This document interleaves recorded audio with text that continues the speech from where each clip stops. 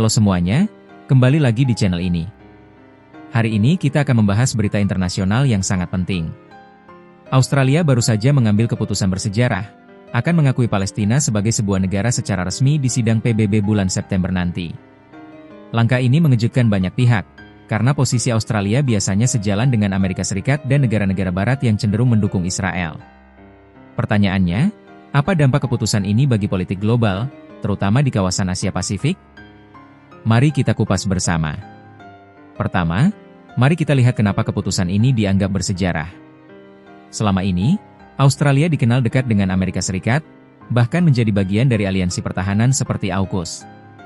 Dalam isu Palestina, negara-negara Barat biasanya berhati-hati, hanya menyuarakan dukungan pada solusi dua negara tanpa mengakui Palestina secara resmi. Tapi kali ini berbeda.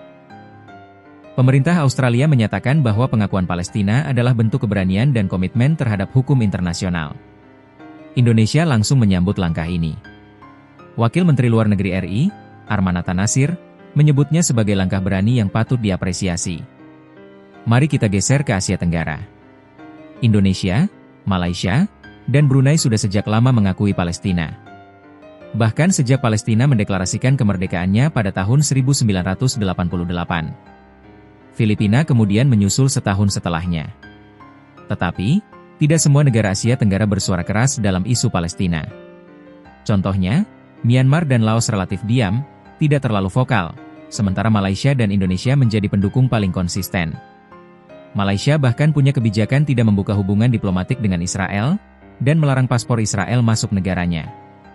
Bahkan Perdana Menteri Malaysia, Anwar Ibrahim, pernah berbicara langsung dengan petinggi Hamas setelah serangan tahun 2023. Ini menunjukkan ada perbedaan sikap di dalam ASEAN sendiri terkait Palestina. Meski Indonesia dikenal vokal membela Palestina, ada catatan menarik. Menurut pengamat, Indonesia masih relatif pragmatis dalam kebijakan luar negerinya. Artinya, Indonesia tetap menyeimbangkan antara dukungan moral kepada Palestina dengan menjaga stabilitas hubungan ekonomi dengan negara-negara besar, termasuk Amerika. Hal serupa juga berlaku di ASEAN. Negara-negara ASEAN lebih sering menekankan anti-kolonialisme dan hak asasi manusia sebagai dasar dukungan mereka kepada Palestina. Tapi mereka juga tidak ingin mengkritik Israel terlalu keras, karena khawatir akan disorot balik soal isu HAM di dalam negeri, seperti kasus Rohingya di Myanmar. Nah, kalau kita melihat kawasan Pasifik, justru berbeda. Negara-negara seperti Papua Nugini, Fiji, Nauru, Palau, Tuvalu, dan Tonga tidak mengakui Palestina. Kenapa? Karena mereka sangat bergantung pada bantuan dan keamanan dari Amerika Serikat. Selain faktor bantuan, agama juga berperan besar. Banyak warga Pasifik beragama Kristen evangelis, yang dikenal sangat pro-Israel, sama seperti kelompok evangelis di Amerika Serikat. Jadi meski Australia mengambil sikap baru, negara-negara Pasifik kemungkinan besar tetap pada posisinya mendukung Israel. Lalu, apakah keputusan Australia ini akan mengganggu hubungannya dengan tetangga di Pasifik? Menurut para pengamat, jawabannya tidak signifikan. Alasannya, negara-negara Pasifik tetap menganggap Australia sebagai mitra utama karena bantuan pembangunan yang besar. Mereka punya prinsip diplomasi, sahabat untuk semua. Jadi perbedaan sikap soal Palestina tidak akan merusak hubungan secara drastis. Justru isu-isu lain seperti perubahan iklim, hubungan dengan Cina, dan keamanan regional jauh lebih memengaruhi dinamika hubungan Australia dengan negara-negara Pasifik. Di sini penting kita pahami perbedaan istilah. Mengakui Palestina sebagai negara berarti memberikan pengakuan formal, membuka peluang hubungan diplomatik, dan menegaskan Palestina sebagai entitas berdaulat.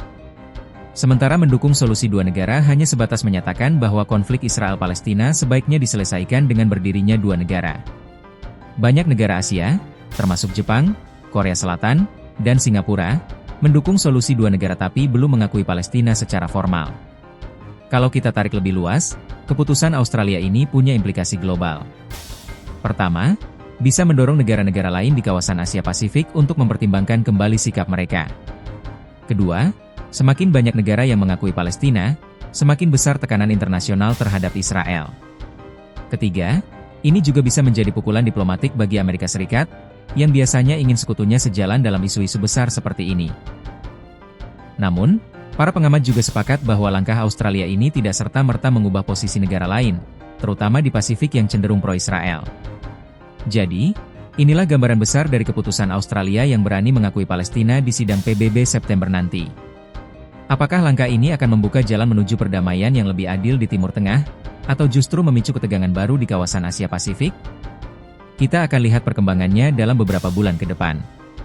Kalau menurut kalian, apakah negara-negara ASEAN harus bersatu mendorong sanksi lebih keras terhadap Israel, atau tetap pragmatis seperti sekarang? Tulis pendapat kalian di kolom komentar.